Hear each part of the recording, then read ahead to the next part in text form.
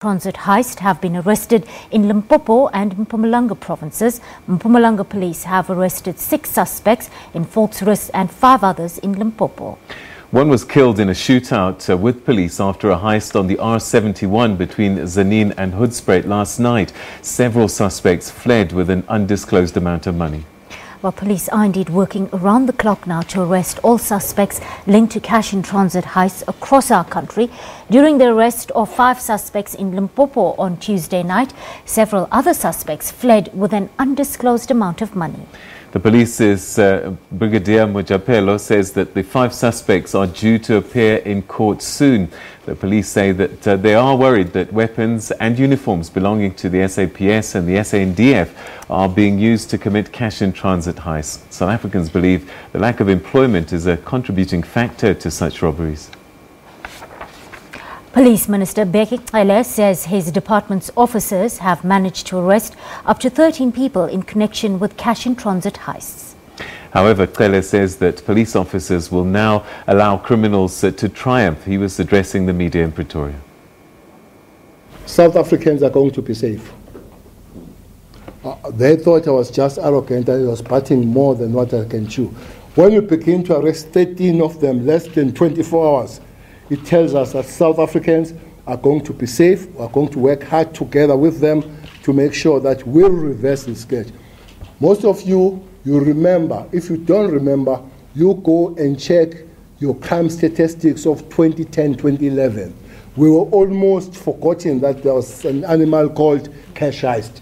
We were almost forgotten that there was anything called the raid in the malls. That thing did not come with the rain, those blessings. We worked for it, some of us. Unfortunately, all this team you see here was here. It's the same team that we are going to go back, and South Africans are going to be safe. We'll make them safe. And the criminals have declared the war, and they must get ready to fight the war. All the units are out of the barracks. All the units are on the street. We'll be responding much quicker and responding much decisively as we respond.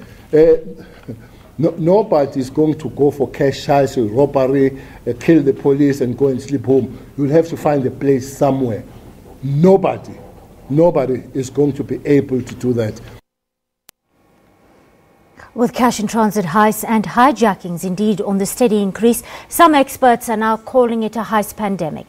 The frequency of the crime and violence and brazeness of perpetrators increases the likelihood that innocent bystanders could be injured or even killed.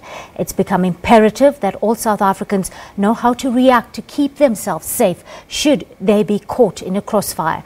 Independent crime analyst Chris De Kok joins us now from our Pretoria studios. Good afternoon, Doctor. Always a pleasure chatting to you on the SABC News Desk. Good afternoon and good afternoon to the viewers. Chris, we just heard the police minister say this afternoon that he will crack down on robbers. But should we have started treating cash heists as a national crime emergency much sooner in the country?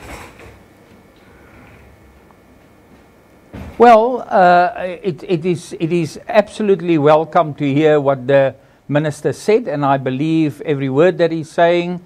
And actually, there's the first results he already announced. But this should have happened long ago. Actually, the minister referred to 2010, 2011. The minister could also refer, because he was then the National Commissioner, to 9-10, 10-11, and those 2 years, actually the year even before that, those 3 years were very successful years. And the reason for that being that it was visible intelligence-led policing. Policing based on the CTA, the crime threat analysis at station level, which address especially your house robberies, your street robberies and those kind of things, and then rolled it up to the OCTA, the organized crime threat analysis, which will address things like carjackings and your CIT robberies.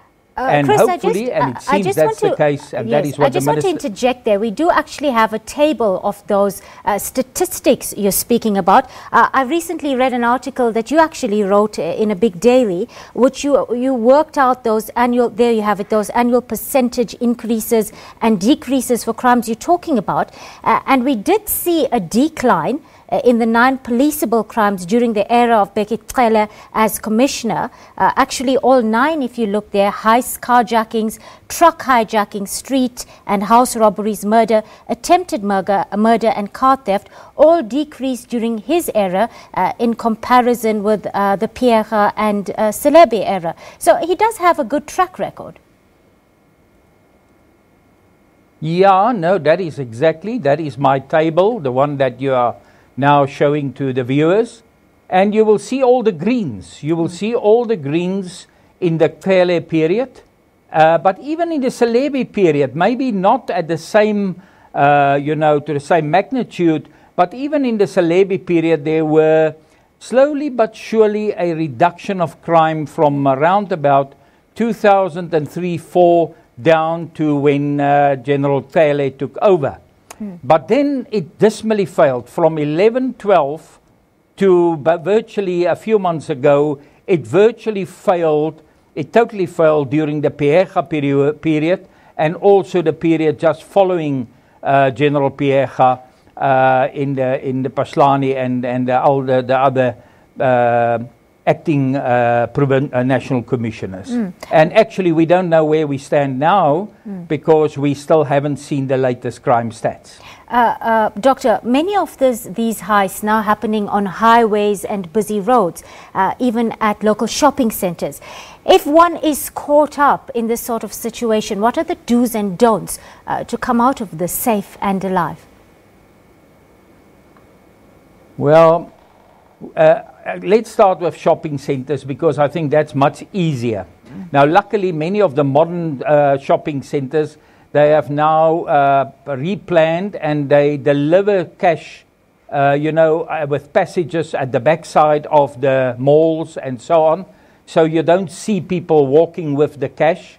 But unfortunately, it still happens that you are in a shopping centre and here they walk past with a container of cash. Now, if a CIT happen at that stage, because that over the pavement is also called cash in transit robberies, then you have to fall flat. I mean, if there's a shootout, you just have to try and get away, lie down on the floor and hope that no bullets strike you. It's much more difficult on a highway. Say you're on a highway, like the other evening, about 2 weeks ago, there was a attempted cash in transit robbery near the Marlborough off-ramp on the N1 at a very busy time of the evening at about 6:30. Now, you can imagine you are on that highway, it's dark, and the next moment you are just in a crossfire or you're next to the cash in transit vehicle and there's a lot of heavily armed people and they are shooting at you. If you can see it happening far up in front of you, my recommendation would be to stop, put on your hazards, try so that the traffic at the back of you also stop and put on their hazards so that you don't drive through the crime scene. Because it seems these guys, these CIT robbers, don't mind to shoot on a moving vehicle passing them.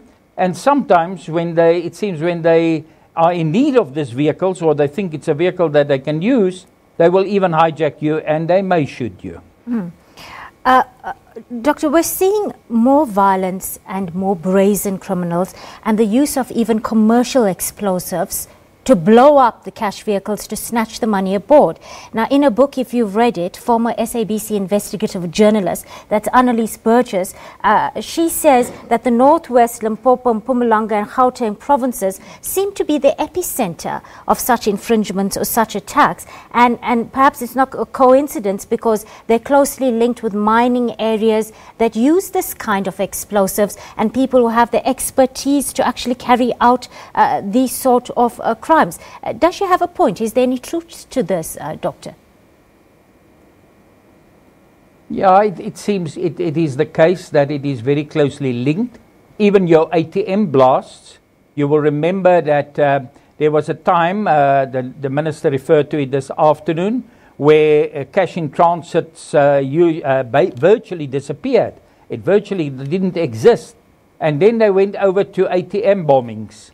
Now in ATM bombings, the same kind of explosives is used, which are closely linked to the mining industry. So they must get it from there. And also it's linked also to the illegal mining, because in illegal mining, the so-called zamazamas, also these very explosives are used in blasting underground. Now it seems when there's some action against the people, it happened in Barberton where there was some action against zamazamas, and that explosives then couldn't be used underground, so it was used in CITs in Mpumalanga and Limpopo. So clearly that comes from the mining industry, and the weapons, the firearms that the Minister referred to this afternoon, it seems most of them are A4s and A5s, which must come from either the Army or Defence Force or the South African Police Service. Okay. Well, Dr. Chris De Kok joining us from our Pretoria studios. Thank you so much for sharing your insights with us on the SABC News Desk.